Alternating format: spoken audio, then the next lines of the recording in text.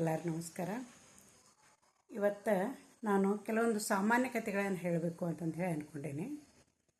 ಇಲ್ಲಿವರೆಗೆ ಈ ಕೆಲವೊಂದು ಐತಿಹಾಸಿಕ ಕಥೆಗಳನ್ನು ಹೇಳಿದ್ನಿ, ಕೆಲವೊಂದು ಸಾಮಾನ್ಯ ಕಥೆಗಳನ್ನು ಹೇಳ್ತೇನೆ. ಹಿಂದೆ ಅರಟಾಳ್ ರುದ್ರಗೌಡರು ಅಂತಂದು ಹೇಳಿದರು. ಈ ಕಿತ್ತೂರಿನ ಸಂಸ್ಥಾನದೊಳಗೆ ಒಂದು ದೊಡ್ಡ ಮನೆತನದವರು ಅರಟಾಳ್ ರುದ್ರಗೌಡರು ಅಂತಂದ್ರೆ. ಅವರು ಈ ಕಿತ್ತೂರಿನ ದೊರೆ ಇದ್ದಲ್ಲ ಮಲ್ಲಸರ್ಜ, ಅವನ ಸಮಕಾಲೀನವರು. ಅಂದ್ರೆ ಅವರು ಒಂದೇ ಊರಿಗೆ ಅವರು, ಅಲ್ಲಿ ಇಬ್ಬರೂ ಒಂದೇ ಕಡೆ ಶಿಕ್ಷಣವನ್ನು ಅವ್ರು ಪಡೆದಿದ್ರು.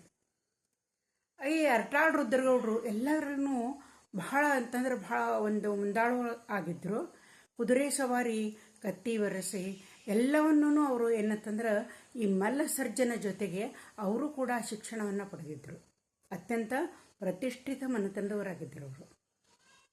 ಆದರೆ ಅವ್ರಿಗೆ ಅಧ್ಯಾತ್ಮದ ಕಡೆಗೆ ಭಾಳ ಒಲವು ಇರ್ತಿತ್ತು. ಈ ಮಲ್ಲಸರ್ಜ ಅವ್ರು ಏನು ಮಾಡ್ತಿದ್ರು ಅಂತಂತಂದ್ರೆ, ಮಲ್ಲಸರ್ಜನೊಂದಿಗೆ ಆಗಾಗ ಇಲ್ಲಿ ಬೇಟೆಗೆ ಹೋಗೋದಾಗಲಿ, ಆ ನಂತರ ಈ ಯುದ್ಧ ಕಲೆಯ ಬಗ್ಗೆ ಅಭ್ಯಾಸ ಮಾಡೋದಾಗಲಿ, ಇದನ್ನೆಲ್ಲವನ್ನು ಮಾಡ್ತಿದ್ರು. ಅವರು ಸ್ವಲ್ಪ ಅಧ್ಯಾತ್ಮದ ಕಡೆಗೆ ಹೆಚ್ಚಿನ ಒಲವಿತ್ತು. ಆ ವೇಳೆ ಏನಾಗಿತ್ತು ಅಂತಂದ್ರೆ, ಈ ಹುಬ್ಬಳ್ಳಿಯ ಸಿದ್ಧಾರೂಢ ಮಠದಲ್ಲಿ ಸಿದ್ಧಾರೂಢ ಸ್ವಾಮಿಗಳು ಕೂಡ ಅವಾಗಿದ್ರವರು. ಅವ್ರು ಏನು ಮಾಡ್ತಿದ್ರು ಅಂತಂದ್ರೆ, ಈ ಅರಟಾಳ್ ರುದ್ರಗೌಡರು ಸಿದ್ಧಾರೂಢರ ಕಡೆ ಹೋಗಿ ಅವಾಗ ಹೋಗಿ ಅಲ್ಲಿ ಕೆಲವು ದಿನ ಮಠದಲ್ಲಿನೇ ಉಳಿದುಕೊಂಡು ಅವರೊಂದೇ ವಿಮರ್ಶೆಯನ್ನು, ಆನಂತರ ತಮಗೇನಾದರೂ ಸಂಶಯಗಳಿದ್ರೆ ಅವನ್ನ ಎಲ್ಲ ವಿಚಾರ ಮಾಡ್ತಾಯಿದ್ರು. ಹೀಗಾಗಿ ಅವರ ನಡುವೆ ಒಂದು ಒಳ್ಳೆಯ ಸಂಬಂಧ ಇದ್ದುದು ಏರ್ಪಟ್ಟಿತ್ತು. ಒಂದು ಸಲ ಏನಾಗ್ತೈತಿ ಅಂತಂದ್ರೆ, ಈ ಸಿದ್ಧಾರೂಢರು ಈ ಶ್ರಾವಣ ಮಾಸದೊಳಗೆ, ಕಾರ್ತಿಕ ಮಾಸದೊಳಗೆ ಪ್ರವಚನವನ್ನು ಹೇಳ್ತಾ ಇದ್ರು. ಅವರ ಪ್ರವಚನ ಕೇಳುವುದಕ್ಕೂ ದೂರದಿಂದ ಜನ ಇದ್ದವ್ರು ಬರ್ತಾ ಇದ್ರು. ಆವಾಗಿನ ಕಾಲದೊಳಗೆ ಈ ಬಸ್ಸು, ಟ್ರೈನ್ ಹಂಗೇನು ಇರಲಿಲ್ಲ. ಆದರೂ ಜನ ಏನಂತಂದ್ರೆ ಈ ಚಕ್ಕಡಿ ಗಾಡಿಯೊಳಗೆ ಕೂಡ್ಕೊಂಡು ಎಷ್ಟೋ ಜನ ಕೂಡ್ಕೊಂಡು ಬರ್ತಾಯಿದ್ರು. ಬಂದು ಏನು ಮಾಡ್ತಿದ್ರು ಅಂತಂದ್ರೆ, ಅವರಲ್ಲೇ ಮಠದಲ್ಲಿನೇ ಉಳಿದ್ಕೊತಿದ್ರು. ಒಂದು 4 ದಿನ ಮಠದಲ್ಲಿಯೇ ಇದ್ದು ಅಲ್ಲಿಯೇ ಪ್ರಸಾದವನ್ನು ಮಾಡಿ, ಆನಂತರ ಸಾಯಂಕಾಲ ಅವರ ಪ್ರವಚನವನ್ನು ಕೇಳ್ತಾ ಇದ್ರು. ಕೆಲವೊಬ್ಬರು ಅವರೊಂದಿಗೆ ವಿಚಾರ ವಿಮರ್ಶೆಯನ್ನು ಕೂಡ ಮಾಡ್ತಾಯಿದ್ರು. ಹಿಂಗೆ ಪ್ರತಿದಿನನೂ ಏನಂತಂದ್ರೆ ಪ್ರವಚನ ನಡೀತಾ ಇತ್ತು ಶ್ರಾವಣ ಮಾಸದೊಳಗೆ. ಒಂದು ಸಲ ಏನಾಗ್ತೈತಿ ಅಂತಂದ್ರೆ, ಒಬ್ಬ ಶ್ರೀಮಂತ ವ್ಯಕ್ತಿ ಅವ ಅಗ್ದಿ ಮುಂಭಾಗದೊಳಗೆ ಕುಂತ ಆಮೇಲೆ ಅವನು ಏನಂತಂದ್ರೆ ದಿನಾಲು ಪ್ರವಚನಕ್ಕೆ ಬರ್ತಾ ಇದ್ದ. ಒಂದು ಸಲ ಏನಾಯ್ತು ಅಂದ್ರೆ, ಈ ಸಿದ್ಧಾರೂಢ ಸ್ವಾಮೀಜಿಯವರು ನಾದಬಿಂದು ಕಲಾತೀತ ಅಂತಂದು ಹೇಳಿ ಇದರ ಬಗ್ಗೆ ಏನಂತಂದ್ರೆ ಅವರು ಪ್ರವಚನವನ್ನು ನೀಡ್ತಾ ಇದ್ರು.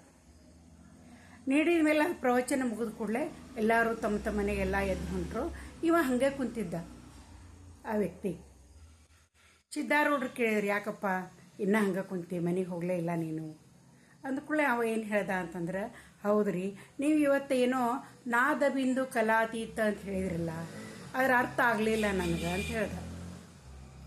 ಆನಂತರ ಅವ್ರು ಹೇಳಿದರು, ನಾಳೆ ಬಾ ನೀನು, ನಾನು ನಿನಗೆ ಸಪ್ರೇಟಾಗಿ ಅದರ ವಿವರಣೆಯನ್ನು ಹೇಳ್ತೀನಿ, ಅದರ ಅರ್ಥವನ್ನು ನಾನು ತಿಳಿಸಿ ಹೇಳ್ತೀನಿ ಅಂತಂದರು. ಮರನೇ ದಿನ ಮತ್ತೆ ಆತ ಬಂದ ಕೂಡ ಅವ್ರು ಏನು ಮಾಡಿದ್ರು ಅಂದ್ರೆ, ಪ್ರವಚನ ಮುಗಿದ ಮೇಲೆ ಅವ್ನು ಮತ್ತೆ ಹೇಳಿದ್ರು. ಅವರು ಕೆಲವೊಂದು ಉದಾಹರಣೆಗಳನ್ನು, ಸಣ್ಣ ಕಥೆಗಳನ್ನು ಹೇಳಿದರು. ಅದರ ಅರ್ಥವನ್ನು ಎಲ್ಲ ಹೇಳಿದ್ರು, ವಿವರಣೆ ಕೊಟ್ಟು ಹೇಳಿದರು. ಮತ್ತು ತಿಳಿತೇನಪ್ಪ ಅಂತ ಕೇಳಿದ್ರು. ಇಲ್ರಿ ಅಂದ. ಆಮೇಲೆ ಹಿಂಗೆ ಪ್ರತಿದಿನ ನಡೀತು. ಪ್ರವಚನ ಮುಗಿದ ಕೂಡಲೇ ಮತ್ತು ಇವ್ರು ಸಿದ್ಧಾರೂಢರು ಅವನಿಗಾಗಿ ಅದರ ಅರ್ಥ ವಿವರಣೆನ ಮತ್ತು ಬೇರೆ ಬೇರೆ ರೀತಿಯಾಗಿ ಕೊಡೋರು, ಬೇರೆ ಬೇರೆ ಕಥೆಗಳನ್ನು ಹೇಳೋರು, ಆನಂತರ ಉದಾಹರಣೆಗಳನ್ನು ಕೊಡೋರು, ಮತ್ತೆ ಕೇಳೋರು, ತಿಳಿತೇನಿಲ್ಲಪ್ಪ ಇವತ್ತಾರೆ ಅಂತೇಳಿ. ಇಲ್ರಿನ ಅಂದ. ಹಿಂಗೆ 15 ದಿನ ನಡೀತು. ಸಿದ್ಧಾರೂಢರಿಗೆ ಬಹಳ ಒಂಥರ ಸಮಸ್ಯೆ ಆಯ್ತು. ಏನಿದು, ಎಷ್ಟು ಸರಳವಾಗಿ ನಾ ತಿಳಿಸಿ ಹೇಳಿದ್ರು ಇವಾಗ ಕೇಳವಲ್ಲಲ್ಲ, ಅಂದ್ರೆ ತಿಳಿಯೋದೇ ಇಲ್ಲ ಅಂತ. ನಾನು ಇನ್ನು ಇವಾಗ ಯಾವ ರೀತಿ ತಿಳಿಸಿ ಹೇಳಬೇಕು, ಅವ್ರಿಗೊಂಥರ ಅದು ತಲೆನೋವಾಯ್ತು. ಒಂದು ಸಲ ಏನಾಯ್ತಂದ್ರೆ, ಅರಟಾಳ್ ರುದ್ರಗೌಡರಿದ್ದವರು ಈ ಸಿದ್ಧಾರೂಢರ ಮಠಕ್ಕೆ ಬಂದರು. ಅವರು ಏನಂತಂದ್ರೆ ಎಲ್ಲ ಜನರ ಜೊತೆಗೆ ಪ್ರವಚನವನ್ನು ಕೇಳ್ತಾ ಇದ್ರು. ಕೇಳಿದ ಕೂಡಲೇ ಎಲ್ಲ ಜನರು ಎದ್ದು ಹೋದ ಕೂಡಲೇ ಇವರು ಮತ್ತೆ ಆ ವ್ಯಕ್ತಿಗೆ ಹೇಳಿದರು. ಮತ್ತು ಸ್ವಲ್ಪ ಬೇರೆ ಬೇರೆ ಕತೆ ಹೇಳಿದರು. ಎಲ್ಲ ಮಾಡಿ ಇವತ್ತರ ತಿಳಿತೇನಪ್ಪ ಅಂತ ಕೇಳಿದರು. ಅವಿಲ್ಲನ ಅಂದ. 15 ದಿನ ಅದೇ ವಿಷಯದ ಬಗ್ಗೆ ದಿನ ಅವ್ರಿಗೆ ಸ್ಪೆಷಲ್ ಅವನು ಕುಂಡ್ರಿಸ್ಕೊಂಡು ಕೇಳಿದ್ರು ಅದಕ್ಕೆ ತಿಳಿದೇ ಇಲ್ಲರಿ ಅಂತಿದ್ದ. ಆಮೇಲೆ ಅರಟಾಳ್ ರುದ್ರಗವ್ರು ಕೇಳಿದರು, ಏನಾಯ್ತು ಇವ್ಯಾಕೆ ಒಂದು ಸಪ್ರೇಟ್ ಕುಂಡ್ರಿಸ್ಕೊಂಡು ನೀವು ಕೇಳಾಕತ್ತೀರಿ ಅಂದ್ಕೊಳ್ಳಿ. ಅವ್ರು ಅದನ್ನೆಲ್ಲ ಹೇಳಿದರು.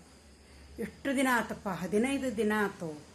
ಇವು ನಾದ ಬಿಂದು ಕಲಾ ಅನ್ನೋದ್ರದ್ದು ಅರ್ಥನ ಆಗವಲ್ದು, ನನಗೆ ಏನು ಮಾಡಬೇಕು ತಿಳಿಸವಲ್ದು, ಎಷ್ಟು ನಾನು ಅವ್ಗೆ ಹೇಳಿದ್ರು ಸರಳವಾಗಿ ತಿಳಿಸಿರೋ ತಿಳಿವಲ್ದು ಅಂತಂದು ಹೇಳಿದರು.